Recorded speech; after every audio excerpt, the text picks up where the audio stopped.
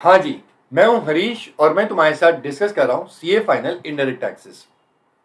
और आज जो चैप्टर हम लोग कवर अप कर रहे हैं वो है कॉम्पोजिशन लेवी।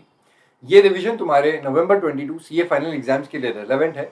और ये जो चैप्टर मैं तुम्हारे साथ कवर कर रहा हूँ कॉम्पोजिशन लेवी, ये मैं स्टार्ट टू एंड करूंगा, इसके सारे प्रोविजन हम रिवाइज करेंगे। बट तुम अपने एंड से इन तीन टॉपिक्स पे अच्छे से ध्यान देना, उनकी डिटेल्स पे भी ध्यान देना। एक है टर्नओवर, क्योंकि इस चैप्टर में अलग अलग टर्नओवर है, इनकी अलग अलग कंप्यूटेशन है, कुछ इंक्लूजन कुछ एक्सक्लूजन्स, तो टर्नओवर पे ध्यान देना। दूसरा कॉन्सेप्ट है मार्जिनल सप्लाई ऑफ सर्विसेज। ये कॉन्सेप्ट इस चैप्टर का सबसे इंपॉर्टेंट कॉन्सेप्ट है, इसके ऊपर एक प्रैक्टिकल क्वेश्चन भी बन सकता है, तो इसकी डिटेल्स पे ध्यान देना। और तीसरा है अमेंडमेंट। इस चैप्टर में एक अमेंडमेंट है, नई अमेंडमेंट है, और वो तुम्हारे एग्जाम्स के लिए रेलेवेंट है। तो वो तीनों डिटेल्स अपन करेंगे अच्छे से। ये तीनों कॉन्सेप्ट्स मैं कराऊंगा, लेकिन ये अलग अलग जगह पे स्कैटर्ड है, तो जब मैं डिस्कस करा आ रहा हूँ I will let you know, you make a note of it and mark it as important. तो ये तीन कॉन्सेप्ट्स करेंगे, सब कुछ करेंगे, and let's start revising this chapter composition levy. पहली बात, who can avail the composition scheme. तो जीएसटी की ये कॉम्पोजिशन स्कीम कौन अवेल कर सकता है, इसका आंसर डिपेंड करता है कि ये कौन से टाइप की कॉम्पोजिशन स्कीम है। एक है कॉम्पोजिशन स्कीम फॉर गुड्स और दूसरी है कॉम्पोजिशन स्कीम फॉर सर्विसेज। पहले डिस्कस करते हैं composition scheme for goods, section 10(1) वाली। अब who can avail the scheme? So any person can avail this composition scheme if he complies with all the following conditions. तो नीचे चार conditions है, अगर वो चारों की चार कंडीशंस कंप्लाई करता है तो वो कॉम्पोजिशन स्कीम गुड्स की ले सकता है। पहली condition, he should be registered under GST. दूसरी कंडीशन, ये इन तीन कैटेगरीज में से कोई एक है, वो या तो एक मैन्युफैक्चरर है, या फिर एक ट्रेडर है, या फिर restaurant and catering service provider है। थर्ड कंडीशन, ये जो पर्सन कॉम्पोजिशन स्कीम लेना चाह रहा है, इसकी aggregate turnover of the preceding financial year does not exceed ₹1.5 crore. तो अगर प्रीसीडिंग फाइनेंशियल ईयर की एग्रीगेट टर्नओवर 1.5 करोड़ से कम है या अप टू 1.5 करोड़ है, तब वो कॉम्पोजिशन स्कीम ले सकता है। लेकिन एक बात समझना, अगर इसकी एक भी ब्रांच उन 8 स्पेसिफाइड कैटेगरी स्टेट्स में लोकेटेड है तो इसके लिए एग्रीगेट टर्नओवर की लिमिट होगी 75 लाख। ये 8 स्पेशल कैटेगरी स्टेज के आपके नाम बिल्कुल आपको याद रखने हैं। ये मैं अपने एग्जाम्स में इसको एक न्यूमोनिक बना के याद रखता था, तो मैंने उसी फ्लो में रखे हुए हैं। मस्ताना करके याद रखता था, तो आप वो अगर सही लगे तो वैसे याद कर लो। Manipur, Mizoram, Meghalaya, Uttarakhand, Sikkim, Tripura, Andhra Pradesh and Nagaland. In 8 states में से अगर कोई भी एक स्टेट में ब्रांच लोकेटेड है तो उस पर्सन के लिए एग्रीगेट टर्नओवर की लिमिट होगी 75 लाख। फोर्थ कंडीशन, ये जो पर्सन कॉम्पोजिशन स्कीम लेना चाह रहा है ना, he shall comply with the following provisions. यहाँ पे 3 प्रोविजन है। एक है सेक्शन 10(2) की एलिजिबिलिटी कंडीशन, दूसरी है रूल 5 की कुछ conditions, and third is other compliance provisions of section 10। तो ये तीनों प्रोविजंस वो कंप्लाई कर रहा है, एंड इन टोटलिटी जब वो ये चारों कंडीशंस कंप्लाई कर रहा है तब वो कॉम्पोजिशन स्कीम ले सकता है, कॉम्पोजिशन स्कीम फॉर गुड्स। ये है सेक्शन 10(1). दूसरा देखते हैं composition scheme for services, section 10(2)(a). ये स्कीम कौन ले सकता है? So any person who is not eligible for composition scheme for goods, वो इस कैटेगरी में आएगा, and then he can avail the composition scheme if he is complying with all the following conditions. तो यहाँ पे 4 कंडीशंस है similar lines पे। पहली condition, he should be registered under GST. दूसरी condition, he is a service provider but other than restaurant and catering service provider, क्योंकि restaurant and catering service provider को composition scheme goods वाली ही मिल जाती है, तो उसके लिए एलिजिबल है। उसके अलावा अगर कोई सर्विस प्रोवाइडर होगा तो वो इस कैटेगरी में आएगा। थर्ड कंडीशन इज, ये जो पर्सन कॉम्पोजिशन स्कीम ले रहा है इसकी aggregate turnover of the preceding financial year does not exceed ₹50 lakh. तो यहाँ पे एक बात समझना कि ये यहाँ पे वो प्रोविजन अप्लाई नहीं होता कि इसकी एक ब्रांच किसी स्पेशल कैटेगरी स्टेट्स में तो लिमिट अलग होगी। यहाँ पे कहीं पे भी इसकी कोई भी ब्रांच हो, एक ही लिमिट है, aggregate turnover should not exceed ₹50 lakh. Fourth condition is, he shall comply with the following provisions. यहाँ पे 3 प्रोविजंस है। सेक्शन 10(2)(a) के अंदर एलिजिबिलिटी कंडीशंस है, रूल 5 की कुछ कंडीशंस है, एंड अदर कंप्लायंस प्रोविजंस। ये 3 प्रोविजंस अगर वो कंप्लाई कर रहा है, एंड इन टोटलिटी जब वो चारों कंडीशंस कंप्लाई करेगा, तो वो कॉम्पोजिशन स्कीम गुड्स की कॉम्पोजिशन स्कीम जो सर्विसेज की है सेक्शन 10(2)(a) वाली, वो ले सकता है। तो अभी मैंने देखा कि who can avail the composition scheme. दूसरा कॉन्सेप्ट देखते हैं, which is what is the validity of the composition scheme in the current financial year. तो एक बार कॉम्पोजिशन स्कीम कोई ले लिया, उसके बाद वो करंट फाइनेंशियल ईयर में कब तक वैलिड रहेगी? द आंसर इज, वो तब तक वैलिड रहेगी जब तक कॉम्पोजिशन स्कीम जो सप्लायर है वो ये चीजें, वो ये कंडीशंस कंप्लाई कर रहा है कंटिन्यूअसली एंड साइमल्टेनियसली। मतलब अगर 2 कंडीशन है तो वो दोनों कंडीशंस को साइमल्टेनियसली वो उसको कंप्लाई कर रहा है, एंड कंटिन्यूअसली फॉलो कर रहा है, कंटिन्यूअसली कंप्लाई कर रहा है। जब तक वो कंप्लाई करेगा वो कॉम्पोजिशन स्कीम उसकी वैलिड रहेगी। तो पहले देखते हैं कॉम्पोजिशन स्कीम अगर गुड्स की है सेक्शन 10(1) की, तो उसको वैलिड रखने के लिए क्या क्या कंडीशंस है। पहली कंडीशन ये कि मॉनेटरी लिमिट है, इसकी जो एग्रीगेट टर्नओवर है in the current financial year until it does not exceed rupees 1.5 crore, तब तक इसकी स्कीम वैलिड रहेगी। अगर 1.5 करोड़ को एक्सीड हो गया तो स्कीम लैप्स हो जाएगी। यहाँ पे भी वही प्रोविजन अप्लाई होता है, अगर इसकी एक भी ब्रांच उन 8 स्पेसिफाइड कैटेगरी स्टेट्स में लोकेटेड है तो इसके लिए एग्रीगेट टर्नओवर की लिमिट होगी 75 लाख। वही 8 स्पेशल कैटेगरी स्टेट्स है जो ऊपर देखे थे, मस्ताना वाले states. Second condition, until this composition supplier is complying with the following conditions, तब तक इसकी स्कीम वैलिड रहेगी। तो यहाँ पे वही 3 प्रोविजन है जो ऊपर लिखे थे, सेक्शन 10(2) की कंडीशंस, रूल 5 की conditions and other compliance provisions of section 10। So simultaneously इसको दोनों कंप्लाई करने हैं और जब तक ये कंप्लाई कर रहा है स्कीम वैलिड है। अगर ये 1.5 करोड़ के ऊपर चला गया या 75 लाख के ऊपर या फिर कोई कंडीशन कॉन्ट्राइन कर दी तो इसकी स्कीम लैप्स हो जाएगी। सिमिलर लाइंस पे कॉम्पोजिशन स्कीम सर्विसेज की है, सेक्शन 10(2)(a) की। इसमें कब तक वैलिड रहेगी, तो यहाँ पे 2 कंडीशन है, वही है। पहली है इसकी monetary limit until the aggregate turnover in the current financial year does not exceed rupees 50 lakh. तो जब तक 50 लाख के अंदर है उसका टर्नओवर करंट फाइनेंशियल ईयर में अप टू 50 लाख है, तब तक स्कीम वैलिड है। और दूसरा, उसको साइमल्टेनियसली ये नीचे 3 प्रोविजन कंप्लाई करने हैं, 10(2)(a) की एलिजिबिलिटी कंडीशंस, रूल 5 की conditions and other compliance provisions of section 10। तो साइमल्टेनियसली उसको दोनों चीजें देखनी है, तब तक उसकी स्कीम वैलिड रहेगी। अगर दोनों में से कुछ भी एक यहाँ पे कॉन्ट्रावीन हो गया, लिमिट एक्सीड हो गई या कोई कंडीशंस कॉन्ट्रावीन हो गई तो इसकी स्कीम लैप्स हो जाएगी। अब यहाँ पे ना वैलिडिटी को रिस्पेक्ट में हम लोग ने दोनों स्कीम्स की बातें कर ली। एक बार के लिए कॉम्पोजिशन स्कीम जो सर्विसेज की है उसको छोड़ दो, उसका काम हो चुका है, उसका अल्टीमेटली काम हो चुका है। लेकिन अगर कॉम्पोजिशन स्कीम गुड्स की है सेक्शन 10(1) वाली, तब यहाँ पे एक्चुअली और एक कंडीशन लगती है। यहाँ पे जो सेकेंड प्रोवाइजो है सेक्शन 10(1) का, उसमें एक पॉइंट लिखा है, and this is very important इस चैप्टर का, मार्जिनल सप्लाई ऑफ सर्विस। तो ये पर्सन को ये भी देखना होगा, जो कॉम्पोजिशन सप्लायर है गुड्स की जिसने एक स्कीम ली है, उसको ये भी देखना है कि उसकी सारी ब्रांचेस ऑल ओवर इंडिया, सारी ब्रांचेस का मिला के जो एग्रीगेट टर्नओवर है वो एक मॉनेटरी लिमिट है 1.5 करोड़ की, उसके अंदर होना चाहिए। एग्रीगेट टर्नओवर इसके अंदर होना चाहिए। लेकिन ये मार्जिनल सप्लाई ऑफ सर्विस जो करता है, वो सप्लाई ऑफ सर्विस इसको एक लिमिट कंप्यूट करनी पड़ेगी पहले, और उस लिमिट के अंदर ही उसको रखना पड़ेगा। इससे ज्यादा अगर वो करता है तो सप्लाई ऑफ सर्विस, तब इसकी स्कीम लैप्स हो जाएगी। तो ये इंपॉर्टेंट पॉइंट है। अब ये जो लिमिट इसको कंप्यूट करनी है, इसको सेपरेटली कंप्यूट करनी है फॉर ईच स्टेट। मान लो अगर मेरी ऑल ओवर इंडिया 3 ब्रांचेस है और तीनों अलग अलग स्टेट्स में है, तो मेरे को तीनों के लिए अलग अलग लिमिट कंप्यूट करनी होगी। तो पहले मैं देखूंगा मेरी, अगर मान लो राजस्थान में एक ब्रांच है तो मुझे राजस्थान के लिए एक लिमिट कंप्यूट करनी होगी। फिर महाराष्ट्र में एक ब्रांच है तो महाराष्ट्र के लिए लिमिट कंप्यूट करनी होगी। और अगर केरला में एक ब्रांच है तो केरला के लिए भी लिमिट कंप्यूट करनी होगी। तो first step is limit compute करो, और दूसरा स्टेप, क्योंकि पहले उसमें तो 1.5 करोड़ दिया हुआ है एग्रीगेट टर्नओवर में कि भाई ये फ्लैट अमाउंट है 1.5 करोड़ या 75 लाख, इसमें पहले कंप्यूट करना अलग अलग स्टेट के लिए, फिर चेक करना पूरे साल में कि जब तक तुम्हारी सप्लाई ऑफ सर्विस, मान लो राजस्थान से supply of service should be with in this limit. दूसरा, महाराष्ट्र से भी supply of service should be with in the limit which is computed for Maharashtra. And Kerala से जो सप्लाई ऑफ सर्विस का एक्चुअल सप्लाई ऑफ सर्विस है should be with in the limit which is computed for Kerala. तो तीनों states में अलग अलग limits है और अलग अलग लिमिट्स को फॉलो करना होगा। अगर एक्सीड हो गया तो यहाँ पे स्कीम लैप्स हो जाएगी। किसी स्टेट में मैंने गलती कर दी, मैंने केरला की लिमिट थी 7 लाख और मैंने 7,50,000 की सप्लाई सर्विस कर दी, तो मेरी स्कीम लैप्स हो जाएगी। ठीक है, तो ये आपको ध्यान देना है। अब लिमिट आपको अलग अलग स्टेट के लिए कैसे कंप्यूट करनी है, तो नीचे ये लिमिट्स वाले पॉइंट है। पहले पॉइंट में यही लिखा है कि इसको स्टेट वाइज कंप्यूट करना। दूसरे इसमें लिखा है कि कंप्यूट करने के लिए आप फॉर्मूला ले लो, 10% of turnover in state of the preceding financial year और ₹5 lakh whichever is higher. तो अगर मान लो राजस्थान के लिए लेना है, कंप्यूट करना है, तो मेरे को क्या करना है, प्रीसीडिंग फाइनेंशियल ईयर का राजस्थान का टर्नओवर लेना है, उसका 10% और ₹5 lakh whichever is higher. इससे मेरी लिमिट आ जाएगी। ऐसे मेरे को हर स्टेट के लिए लिमिट लेनी है और एक्चुअल सप्लाई सर्विस तो क्वेश्चन में दी होगी। तो ऐसे करके अपन ये सॉल्व कर सकते हैं। अब इसका जो थर्ड पॉइंट है वो बहुत इंपॉर्टेंट है। ये जो मार्जिनल सप्लाई ऑफ सर्विसेज की जो आप लिमिट कंप्यूट करोगे ना, ये तो सच्ची बात है कि भाई जो भी सप्लाई सर्विस करोगे इस लिमिट के अंदर करनी है, बट देयर आर 2 एक्सेप्शंस। 2 ऐसी सर्विसेज हैं जिनके लिए ये लिमिट अप्लाई नहीं होती, और ये 2 सर्विसेज की जो वैल्यू है, अगर आप इससे ज्यादा की सर्विस दे रहे हो तो भी चलेगा, आपकी यहाँ पे कोई भी स्कीम वैलिड ही रहेगी, कोई भी यहाँ पे लैप्स नहीं होगी। ठीक है, तो ये 2 सर्विस है, एक है रेस्टोरेंट एंड केटरिंग की सर्विस और दूसरी है इंटरेस्ट वाली exempt service by way of extending loans, advances and deposit where the consideration is in the form of interest. तो ये दोनों सर्विस अगर आप इस जो लिमिट कंप्यूट की इससे ज्यादा की भी दोगे तो भी आपकी स्कीम वैलिड ही रहेगी, लैप्स नहीं होगी। ठीक है, तो ये बड़े इंपॉर्टेंट पॉइंट है, you mark it as important जो अपनी बुक में है। और यहाँ पे एक बात तुमको दिख भी रही होगी, मैं वापस बता दूं, मार्जिनल सप्लाई ऑफ सर्विसेज की जो प्रोविजन है वो सिर्फ सेक्शन 10(1) वाले यहाँ पे अप्लाई होती है, सेक्शन 10(2)(a) की स्कीम में ये अप्लाई नहीं होती।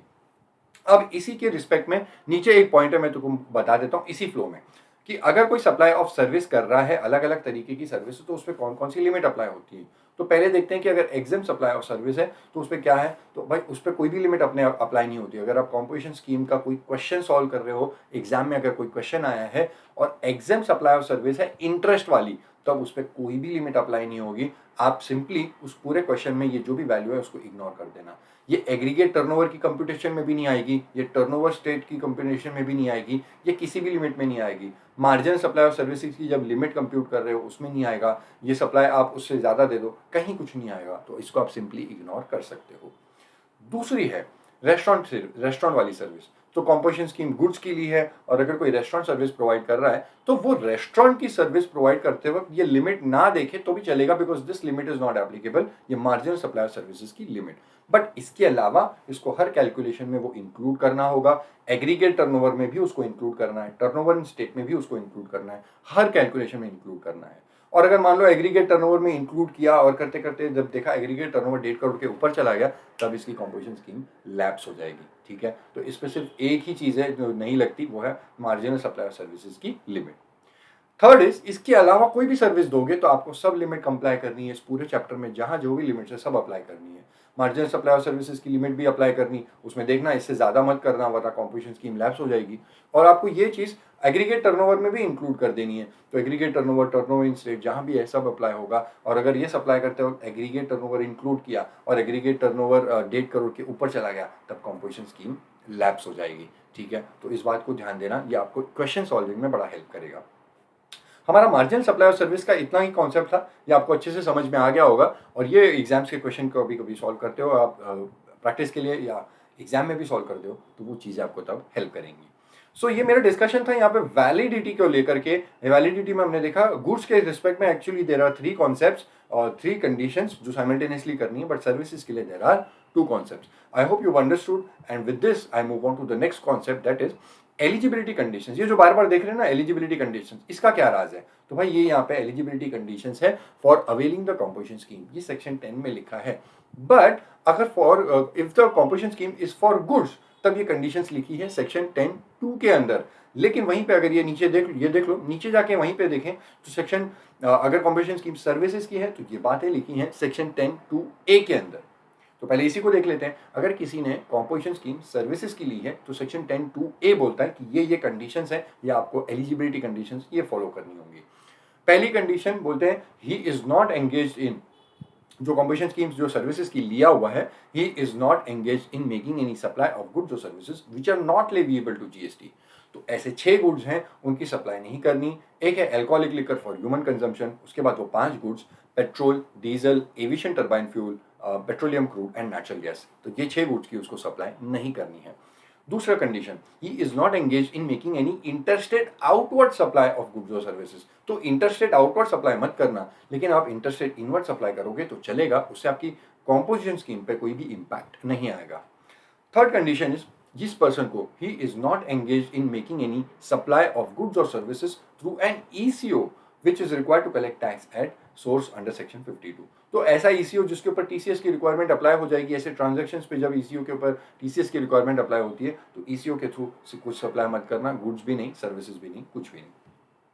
Fourth condition is he is neither a CTP nor NRTP. तो कैजुअल टैक्सेबल पर्सन हो या फिर एक नॉन रेजिडेंट टैक्सेबल पर्सन हो, उसके लिए ये कॉम्पोजिशन स्कीम नहीं है, he is not eligible. Fifth condition is very important, he is not a manufacturer of notified goods. अब इसमें अमेंडमेंट है, ये अमेंडमेंट मैं तुमको कराऊंगा, ये इज वेरी इंपॉर्टेंट। लेकिन एक बात पहले मेरी बात समझ लो, इसके नीचे मैं एक पॉइंट कनेक्ट करके तुमको दिखाऊंगा। इस लाइन को पहले समझो, ही is not manufacturer of notified goods. इसका मतलब ये कि कोई अगर कॉम्पोजिशन स्कीम ले रहा है एट दैट टाइम, जब उसने कॉम्पोजिशन स्कीम ली और जब तक वो स्कीम में है, उसको ये बात देखनी ही is not a manufacturer of notified goods. उसको ये धंधा नहीं करना मैन्युफैक्चरिंग का, ठीक है, इन गुड्स का, वरना वो स्कीम से बाहर हो जाएगा। लेकिन रूल 5 ने क्या बोला, रूल 5 जो अगर तुमको नीचे दिख रहा है, पॉइंट कनेक्ट कराया मैंने नीचे एकदम पॉइंट बी में, उसमें क्या बोला रूल 5 ने, जो कंपल्शन स्कीम लिया है उसको ये भी देखना है that he was not a manufacturer of notified goods in the preceding financial year. मतलब ये कि अगर किसी ने कंपल्शन स्कीम ली है तो उसको दोनों तरफ देखना है, उसको ये देखना है कि अभी वो नहीं कर रहा है मैन्युफैक्चरिंग ऑफ नोटिफाइड गुड्स, और उसको ये भी देखना है कि वो प्रीसीडिंग फाइनेंशियल ईयर में ये चीज़ें नहीं कर रहा था, तब जाके उसको ये स्कीम मिलेगी। ठीक है, तो ये आप बात ध्यान देना। लेकिन इस कॉन्टेक्स्ट में मेरे को एक कंक्लूजन तुमको बताना है कि ए बी सी डी में जो कंडीशंस हमने अभी देखी उसके लिए प्रीसीडिंग फाइनेंशियल ईयर पे कोई रोक टोक नहीं है। 10(2)(a) बोलता है अभी मत करो, ही इज नॉट एंगेज्ड इन, अभी मत कर। प्रीसीडिंग फाइनेंशियल ईयर पे करने के लिए कोई नहीं रोक रहा, रूल 2 सेक्शन 2(2)(a) भी नहीं, 10(2)(a) भी नहीं बोल रहा और रूल 5 भी नहीं बोल रहा। तो प्रीसीडिंग फाइनेंशियल ईयर में आप नॉन लिवेबल टू जीएसटी वाली सप्लाईज करते थे, या फिर ईसीओ के थ्रू करते थे, या फिर इंटरस्टेट आउटवर्ड कर रहे थे, या सीटीपी एनआरटीपी थे, उससे कुछ फर्क नहीं पड़ता। प्रीसीडिंग फाइनेंशियल ईयर में करो भले, लेकिन यहाँ पे मत करना इस फाइनेंशियल ईयर में। तो ये थी मेरी conclusion A B C D वाले पॉइंट्स के लिए। अब ई वाले पॉइंट्स को अपन आगे वापस देखते हैं। इसमें कौन से ऐसे नोटिफाइड गुड्स है जिनकी मैन्युफैक्चरिंग करने पे उस मैन्युफैक्चरर को कंपल्शन स्कीम नहीं मिलेगी। तो ये 8 गुड्स हैं जिनमें पहले पुराने ही नोटिफाइड थे, लेकिन अब 4 नोटिफाई और हुए हैं, इस अटेम्प्ट में ही हुए हैं। तुम्हारे ये न्यू अमेंडमेंट है और एग्जाम्स के लिए बिल्कुल बिल्कुल रेलेवेंट है। तो पहले पुराने वाले 4 देख लेते हैं, 1 2 3 4 वाले। इसको बिल्कुल आपको याद रखना है, इसके ऊपर क्वेश्चन बनने के होते हैं, स्कोप इसके बेसिस पे बना देंगे, तो इसको याद रखना। पहला point, ice cream and other edible ice whether और not containing cocoa, pan masala, all goods that is वो tobacco and manufactured tobacco substitutes वाले all goods, and aerated waters. Aerated waters मतलब वो पेप्सी, कोका कोला, सोडा। तो ये 4 गुड्स के manufacturers हैं। और दूसरे हैं 5 6 7 8, ये न्यू वाले हैं, इसको देखते हैं। 5 है फ्लाई ऐश ब्रिक्स और फ्लाई ऐश एग्रीगेट विद 90% और मोर फ्लाई ऐश कंटेंट। आगे है फ्लाई ऐश ब्लॉक्स। तो फ्लाई ऐश एक मटेरियल है, अगर उससे ब्रिक्स या ब्लॉक्स बना रहे हैं तो उस मैन्युफैक्चरर को कंपोजिशन स्कीम नहीं मिलेगी। Point 6, bricks of fossil meals और सिमिलर सिलीशियस अर्थ। तो फॉसिल मील्स एक मटेरियल है, उससे अगर कोई ब्रिक्स बना रहा है तो उसको कंपोजिशन स्कीम नहीं मिलेगी। सिमिलर लाइंस पे पॉइंट 7 और 8 है, बिल्डिंग ब्रिक्स, अर्दन और रूफिंग टाइल्स, इनकी जो मैन्युफैक्चरर्स होते हैं वो कंपोजिशन स्कीम नहीं ले सकते। तो ये नोटिफाइड गुड्स हैं, 8 नोटिफाइड गुड्स जिनके रिस्पेक्ट में जो मैन्युफैक्चरर्स हैं वो कंपोजिशन स्कीम नहीं ले सकते। ये 5 कंडीशंस जो ए बी सी डी ई वाली है, ये 10(2)(a) ने बोली उन लोगों के लिए जो कंपोजिशन स्कीम फॉर सर्विसेज वाला ऑप्शन लेते हैं, वो ये वाले कंपोजिशन सप्लायर्स के लिए एलिजिबिलिटी कंडीशंस हैं। लेकिन ये सेम टू सेम बात सेक्शन 10(2)(a, सेक्शन 10(2) ने बोली अगर कोई कंपोजिशन स्कीम फॉर गुड्स की ले रहा है तो उनको भी यही बात लगेगी, ए बी सी डी सब कुछ फॉलो करना है। सेम वो नीचे पॉइंट कनेक्ट भी हो जाएगा रूल 5 से। सेम अमेंडमेंट, उसने 4 गुड्स नोटिफाई किए हैं, तो एक जगह पढ़ लो, दूसरी जगह पढ़ने की जरूरत नहीं है। बट यहाँ पे एक बात बोलूँ, जो कंपोजिशन स्कीम जो गुड्स की है सेक्शन 10(2), इसने और एक एडिशनल कंडीशन बोली है, और इसने पहले ये बोला था पॉइंट एफ में, पहले बोला था दैट ये जो कंपोजिशन स्कीम गुड्स की लेगा, he is not engage in supply of services except restaurant की सर्विस। तो रेस्टोरेंट की सर्विस दे दो, वो चलेगा, उसके अलावा कोई भी सर्विस आप नहीं दे सकते। ऐसी रिस्ट्रिक्शन पहले थी, प्रोहिबिशन थी, बट अब इसको थोड़ा लीनियन कर दिया है और नीचे प्रोवाइजो ऐड कर दिया था। सेक्शन 10(1) की सेकंड प्रोवाइजो बोलती है कि ठीक है, थोड़ी बहुत सप्लाई ऑफ सर्विस कर सकते हो, इसको बोलते हैं मार्जिनल सप्लाई ऑफ सर्विस। तो थोड़ी बहुत करो, लेकिन of a value not exceeding this. तो नीचे वो वैल्यू दी है, लिमिट दी है, इस लिमिट तक ही आप सप्लाई ऑफ सर्विस दे सकते हो। अगर ज़्यादा कर दोगे तो कंपोजिशन स्कीम से बाहर हो जाओगे, ठीक है, क्योंकि ये कंडीशन तुम्हारी फिर डिस्ट्रैक्ट ये हो जाएगी, तो वो आप ज़्यादा नहीं कर सकते। और ये स्टेट वाइज करना है। तो ये जो मैंने ऊपर पढ़ा है वही ये वापस रिपीट करके कोई मतलब नहीं है। This is all done and in section 10(2) की जो एलिजिबिलिटी कंडीशंस है, this is done in entirety. और आगे जो देखें, अगर 10(2)(a तो ये भी हमने कर लिया, और इसी फ्लो के साथ आगे बढ़ते हैं और रूल 5 की जो बातें हैं वो देखते हैं। रूल 5 में क्या कंडीशंस हैं? रूल 5 में 5 कंडीशंस हैं, ए और बी ये तुम्हारा हो चुका, सीटीपी और एनआरटीपी वाली बातें हैं, और मैन्युफैक्चरिंग ऑफ नोटिफाइड गुड्स है, ये ए और बी में जो लिखे हैं ये हो चुके। पॉइंट सी में क्या बोला कि कोई कंपोजिशन डीलर है, उसने कोई इनवर्ट सप्लाईज ली है, और उस इनवर्ट सप्लाई पे अगर आरसीएम में टैक्स पे करने की लायबिलिटी आती है तो उस कंपोजिशन डीलर को ही टैक्स पे करना होगा, आरसीएम वाला, और वो जो भी रेट ऑफ टैक्स है उससे ही पे करना है। यहाँ पे कंपोजिशन रेट्स का बेनिफिट वो नहीं ले सकता। पॉइंट डी जो है उसमें लिखा है कि उसको जो कंपोजिशन डीलर है वो कभी टैक्स इनवॉइस नहीं इशू कर सकता अपने रेसिपेंट्स को, क्योंकि वो उनसे टैक्स कलेक्ट नहीं कर सकता। ऐसे केस में वो एक बिल ऑफ सप्लाई इशू करता है, और इस बिल ऑफ सप्लाई पे वो उसको लिखने होंगे ये words, that is composition taxable person not eligible to collect tax on supplies. उसके बाद ई वाला पॉइंट इस सेम लाइंस पे है, बोला ये जो कॉम्पोजिशन डीलर है ना, इसको अपनी प्लेस ऑफ बिजनेस जो एडिशनल या principal place of business, additional place of business, जो भी प्लेस ऑफ बिजनेस है, इसको उस प्लेस ऑफ बिजनेस पे वहां पे लिख देना होगा नोटिस या साइन बोर्ड पे, कॉम्पोजिशन टैक्सेबल पर्सन। तो ये रूल 5 की 5 कंडीशंस है। आई होप तुमको ये समझ में आई है, बहुत सिंपल सी है, इसको आराम से तुमसे याद हो जाएगा। इसके बाद ना सेक्शन 10 की अदर कंप्लायंस प्रोविजंस है। ये बिल्कुल इजी है। पहला पॉइंट ये है कि ये जो कॉम्पोजिशन डीलर है, ये अगर कॉम्पोजिशन स्कीम ऑप्ट करते हैं तो एक पैन पे जितनी जीएसटी रजिस्ट्रेशन से सबके लिए ये यूनिफॉर्मली इनको अडॉप्ट करना पड़ेगा। ऐसे नहीं एक ब्रांच ले रहा है बाकी ब्रांच नहीं ले रहे हैं, तो अगर लेंगे तो सारे ब्रांचेस को यूनिफॉर्म अडॉप्ट करना पड़ेगा, और अगर एक बाहर हो गया तो सारे ब्रांचेस कॉम्पोजिशन स्कीम से बाहर हो जाएंगे। यहाँ पे यूनिफॉर्म अडॉप्शन वाला डिसीजन होना चाहिए। सेकंड कंडीशन जो मैंने ऊपर ही बताया था कि ये टैक्स इनवॉइस इशू नहीं कर सकते, क्योंकि अपने रेसिपिएंट से टैक्स कलेक्ट नहीं कर सकते, तो कॉम्पोजिशन डीलर के लिए टैक्स इनवॉइस इशू करना मना है। थर्ड, ये कॉम्पोजिशन डीलर जो होते हैं ये आईटीसी भी क्लेम नहीं कर सकते। इनकी इनवर्ट सप्लाईज पे जो भी इनपुट टैक्स लगता है उसका ये क्रेडिट क्लेम नहीं कर सकते, नो आईटीसी। फोर्थ वाला पॉइंट है कि ये जो कॉम्पोजिशन डीलर है, अगर इसने इरेगुलर तरीके से कॉम्पोजिशन स्कीम ले ली, ही वॉज नॉट एलिजिबल, और फिर भी उसने यहाँ पे गलत तरीके से कोई स्कीम ले ली, जबरदस्ती ले ली, तब इसके अगेंस्ट पीनल प्रोविजंस चलाए जाएंगे, पेनल्टी लगेगी, और सेक्शन 73, 74 की जो डिमांड एंड रिकवरी प्रोसीडिंग्स है वो भी उसके अगेंस्ट चलाई जाएंगी।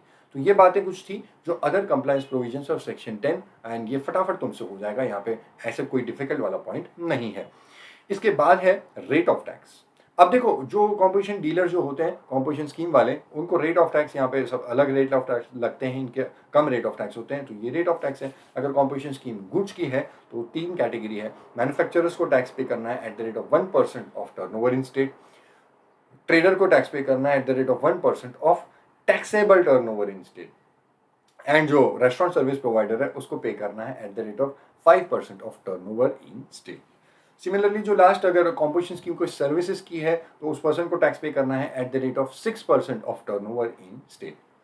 अब यहाँ पे 2 बातें समझना। एक बात तो ये जो मैंने रेट ऑफ टैक्स लिखे हैं, ये 1%, 1%, 5%, 6%, ये इफेक्टिव रेट ऑफ टैक्स है। सीजीएसटी और एसजीएसटी मिला के जो रेट ऑफ टैक्स होते हैं ये वो है। और दूसरी बात, यहाँ पे हर जगह जो बेस वैल्यू है ना, वो बेस वैल्यू हर जगह एक ही है, that is turnover in state. लेकिन सिर्फ ट्रेडर के केस में it is taxable turnover in state. तो इस बात को ध्यान देना, इस पे क्लैरिटी रखना। अब यहाँ पे जो हम बार बार देख रहे हैं turnover in state, aggregate turnover, तो मैं नीचे इंक्लूजन्स एंड एक्सक्लूजन्स जो मैंने रखे हैं, तो वो एक चार्ट में तुमको डिस्कस करा देता हूँ। मैं खुद अपने एग्जाम्स के टाइम पे यही चार्ट देखता था और बहुत बढ़िया से समझ में आता है। तो ये देख लेते हैं इसमें है क्या। ये स्क्रीन पे तुमको दिख रहा होगा, inclusions and exclusions from turnover.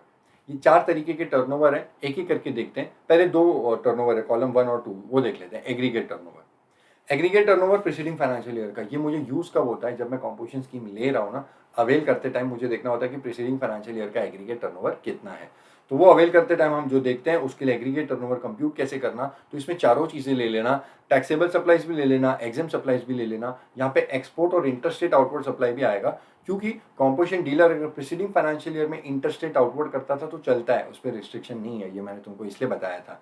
तो ये चारों चीजें इंक्लूड हो जाएंगी, यहाँ पे कोई प्रॉब्लम नहीं है। लेकिन 3 एक्सक्लूजन है, तीनों एक्सक्लूजन्स कॉमन है थ्रू आउट द चैप्टर। ये सारे कॉलम्स में जो भी है आगे सब कॉमन ही रहेगा, तो एक बार ही देख लो, सब जगह हो जाएगा। 3 एक्सक्लूजन्स में पहला है जीएसटी के टैक्सेस एंड सेस, दूसरा है इनवर्ड सप्लाईज जिसपे आरसीएम में टैक्स पे किया जाता है, और तीसरा है इंटरेस्ट वाली exempt service, that is service by way of extending loans, advances and deposit. तो उसमें जो इंटरेस्ट आता है ये सर्विस एग्जाम्प्ट है, और यहाँ पे इस कंप्यूटेशन से भी एक्सक्लूड की जाएगी। तो जो भी एग्जाम सर्विस है आपको वैसे, एग्जाम गुड्स या सर्विसेज आपको वैसे तो इंक्लूड करनी है, लेकिन सिर्फ एक लौती ऐसी सर्विस है जो एक्सक्लूड होती है। ठीक है, सो विद दिस 4 इंक्लूजन्स और 3 एक्सक्लूजन्स, और ये तुम्हारा aggregate turnover preceding financial year का आ जाएगा। उसके बाद aggregate turnover current financial year का, ये मेरे को स्कीम की वैलिडिटी चेक करने के लिए यूज होता है। तो इसमें मेरे को सिर्फ 2 ही इंक्लूजन्स लेना, एक टैक्सेबल सप्लाईज और एग्जाम सप्लाईज। यहाँ पे एक्सपोर्ट या फिर इंटरस्टेट आउटवर्ड नहीं आएगा, और 3 एक्सक्लूजन्स हैं, तो ये तुम्हारा हो जाएगा। अब ये दोनों के लिए कॉमन पॉइंट है कि एग्रीगेट टर्नओवर जब कंप्यूट करते हो तो उसको ऑल ओवर इंडिया जितनी भी ब्रांचेस है सबका मिला के, एक पैन पे जितनी भी ब्रांचेस है सबका टर्नओवर मिला के एग्रीगेट टर्नओवर कंप्यूट करना। दूसरा, एग्रीगेट टर्नओवर जब आप कंप्यूट कर रहे हो तो उसमें सब कुछ ले लेना जो आपने value of supply from 1 April till the date person becomes liable to registration, इतने पीरियड का जो सप्लाई है ये भी आप इंक्लूड कर लेना जब आप एग्रीगेट टर्नओवर ले रहे हो, सब कुछ ले लेना। ठीक है, अब देखते हैं कॉलम 3 और 4। इसमें पहला है turnover in state. Turnover in state आपको क्यों लगता है? दैट इज जब हम टैक्स पे करते हैं for the purpose of payment of tax, तो ये 1%, 5% इस वैल्यू पे लगता है। तो इसके लिए आपका कंप्यूटेशन बिल्कुल सेम है, बाजू वाले कॉलम को देख लो वैसे ही बन जाएगा। टैक्सेबल सप्लाईज है, एग्जाम सप्लाईज है, यहाँ पे एक्सपोर्ट नहीं आएगा, इंटरस्टेट आउटवर्ड भी नहीं आएगा, और 3 एक्सक्लूजन्स। सिमिलरली अगर ट्रेडर के केस में पे करना है तो टैक्सेबल टर्नओवर इन स्टेट लेना, इसके लिए आपको सिर्फ एक ही इंक्लूजन लेनी है, दैट इज टैक्सेबल सप्लाईज। यहाँ पे एक्सपोर्ट भी नहीं आएगा, इंटरस्टेट भी नहीं आएगा, और एग्जेम्प्ट भी नहीं आएगा। ठीक है, सिर्फ एक ही इंक्लूड होगा और 3 एक्सक्लूजन। इनके लिए कॉमन पॉइंट ये है कि ये तो टर्नओवर इन स्टेट है, तो आपको स्टेट वाइज कंप्यूट करना है। और दूसरी बात, ये कंप्यूट करते वक्त 1 अप्रैल से लेके till the date person becomes liable to registration, इतने पीरियड का टर्नओवर मत लेना। क्योंकि मालूम है, देखो आप एग्रीगेट टर्नओवर लोगे तब आपको इंक्लूड करना है, लेकिन अब क्या कर रहे हो, अब आप गवर्नमेंट को टैक्स पे कर रहे हो। टैक्स आप तब पे करते हो जिस दिन से आप लायबल टू रजिस्ट्रेशन होते हो, उसके आगे वाले टर्नर पे आप टैक्स पे करते हो, इसीलिए पहले वाले पीरियड का आपको इसमें इंक्लूड नहीं करना। So this was the point. ये चारों टर्नओवर्स हमने देख ली, इनकी डिटेलिंग देख ली, ऊपर मैंने लिखा है किस पर्पस के लिए ये यूज होते हैं। अब और एक टर्नओवर बाकी है, that is turnover in state of the preceding financial year. तो इसमें 4 इंक्लूजन्स है और 3 एक्सक्लूजन्स है। 4 इंक्लूजन्स पता है क्यों? क्योंकि ये प्रीसीडिंग फाइनेंशियल ईयर का निकाल रहे हो, तो उसमें आपको सब कुछ ले लेना, टैक्सेबल भी ले लेना, एग्जाम भी ले लेना, एक्सपोर्ट भी आएगा और इंटरस्टेट आउटवर्ड भी आएगा। ठीक है, ये हमको यूज क्यों होता है पता है? मार्जिनल सप्लाई ऑफ सर्विसेज में जो फॉर्मूला है 10% of turnover in state of the preceding financial year, ये उसके लिए काम आता है। ठीक है, तो प्रीसीडिंग फाइनेंशियल ईयर का जब भी आप लेते हो आपको चारों लेना है। देखो इसमें भी कॉलम 1 में सब कुछ लिखा हुआ है, तो वैसे ही आपको यहाँ पे देखना है। प्रीसीडिंग फाइनेंशियल ईयर में चारों इंक्लूजन्स होती हैं, और दोनों में डिफरेंस ये है वो ऑल ओवर इंडिया सारी ब्रांचेस मिला के है, और ये आपको स्टेट वाइज कंप्यूट करना है। So this is done. ये टर्नओवर की अलग अलग टाइप्स थी, हमने देख ली। अब मैं तुमको वापस उस अपने नोट्स में लेके चलते हैं, और वहाँ पे ना बाकी प्रोविजंस है। अब बहुत छोटे छोटे प्रोविजंस हैं यहाँ पे, नेक्स्ट 5 मिनट्स में ये प्रोविजंस हो जाएंगे, बहुत छोटा है। Intimation of opting for scheme. ये देखो क्या होता है, जब कोई कॉम्पिटिशन स्कीम ले रहा है, ऑप्ट कर रहा है, अवेल कर रहा है, तो उसको एक इंटीमेशन देना होता है। तो देयर आर 2 केसेस। एक है कोई अनरजिस्टर्ड पर्सन, वो स्कीम ऑप्ट करना चाह रहा है, तो उसको इंटीमेशन कैसे देना है? तो पहली बात तो ये ऑप्ट करने के लिए इसको पहले तो जीएसटी में रजिस्ट्रेशन लेना होगा। ये फॉर्म भरेगा, जीएसटी REG 01 वाला फॉर्म, और उस फॉर्म के अंदर जब ये पार्ट बी भरता है ना, वहीं पे ये कॉम्पिटिशन स्कीम के लिए ऑप्ट कर देता है। That's it. ये जो ऑप्ट कर दिया, और अब ये जो रजिस्ट्रेशन एप्लीकेशन फाइल करेगा, यही इसकी इंटीमेशन मान ली जाती है। इसको अलग से कोई इंटीमेशन फाइल करने की जरूरत नहीं है। दूसरी बात, इसकी स्कीम कब से वैलिड होगी, इफेक्टिव होगी? It will be effective from the date from which the registration becomes effective. तो भाई जहां से रजिस्ट्रेशन आएगी वहीं से इसकी स्कीम भी इफेक्टिव हो जाएगी। दूसरी कंडीशन, जो रजिस्टर्ड पर्सन है उसका क्या? तो जो ऑलरेडी जीएसटी में रजिस्टर्ड है, वो अगर स्कीम ऑप्ट करना चाह रहा है तो उसको 2 फाइलिंग्स करनी है। पहला, उसको एक इंटीमेशन फाइल करना होगा, intimation of opting for scheme, और ये इसको फाइल करना है prior to the commencement of financial year. और दूसरा, उसको एक स्टेटमेंट फाइल करना है, और ये होता है बाद में, after the commencement of financial year, with in 60 days after the commencement of financial year. ये स्टेटमेंट पता है कौन सा होता है? अब ये कॉम्पिटिशन स्कीम में आ रहा है, अब इसको आईटीसी नहीं मिलेगा, लेकिन इसके पास जो स्टॉक पड़ा हुआ है जिस दिन ये स्कीम में आया, तो ऐसे केसेस में ये जो स्टॉक पे आईटीसी इसने ले रखा होगा, अब ये आईटीसी उसको रिवर्स करना होगा। ये हम लोग देखते हैं स्टेटमेंट 18 सेक्शन 18(4) में जो रीड विद सेक्शन रूल 40, ये हम लोग 44, ये हम लोग देखते हैं आईटीसी चैप्टर में। वहाँ पे मैं पूरी डिटेल्स में करा दूंगा, वहाँ पे कनेक्ट करा के। यहाँ पे बस आप इसके हिसाब से इसको याद रखो कि इसको स्टेटमेंट फाइल करना है विद इन 60 डेज। दूसरा, ये स्कीम कब से इफेक्टिव होगी ऐसे केसेस में? So it will be effective from the beginning of the financial year, that is 1 अप्रैल से ये स्कीम उसकी इफेक्टिव हो जाएगी। यहाँ पे डीम्ड इंटीमेशन का एक कॉन्सेप्ट है कि अगर एक पर्सन ने कॉम्पोजिशन स्कीम ले रहा है और एक पैन पे एक से ज़्यादा रजिस्ट्रेशन है, तो सबके लिए उसको यहाँ पे इंटीमेशन फाइल करने की ज़रूरत नहीं है। एक पैन पे अगर उसने एक स्टेट में एक ऑफिस में यहाँ पे इंटीमेशन फाइल कर दी, तो बाकी जो भी रजिस्ट्रेशन है उनके लिए डीम्ड इंटीमेशन मान लिया जाएगा, सेपरेट से इनको इंटीमेशन फाइल करने की ज़रूरत नहीं होती।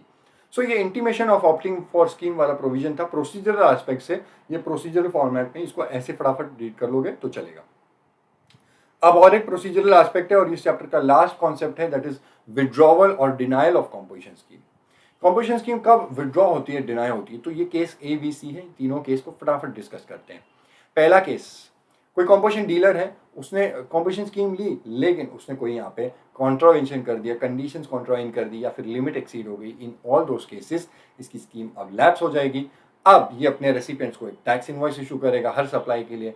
अब ये क्या करेगा, जो भी गवर्नमेंट को टैक्स पे करेगा ये नॉर्मल रेट से टैक्स पे करेगा, अब कंपोजिशन रेट्स नहीं लगेंगे। और साथ ही साथ है कि इसको इंटीमेशन भी फाइल कर देना होगा within 7 days from the date of commencement of financial year. जब से वो कमेंसमेंट हुआ वहां से 7 दिन के अंदर उसको एक इंटीमेशन फाइल करना होगा, इंटीमेशन फॉर विड्रॉवल। और ये इफेक्टिव कब से होगी, ऐसे इंटीमेशन, दिस इज ये स्कीम विड्रॉ कब होगी composition, it will be effective from the date which is mentioned in his intimation, जो भी वो डेट मेंशन करेगा।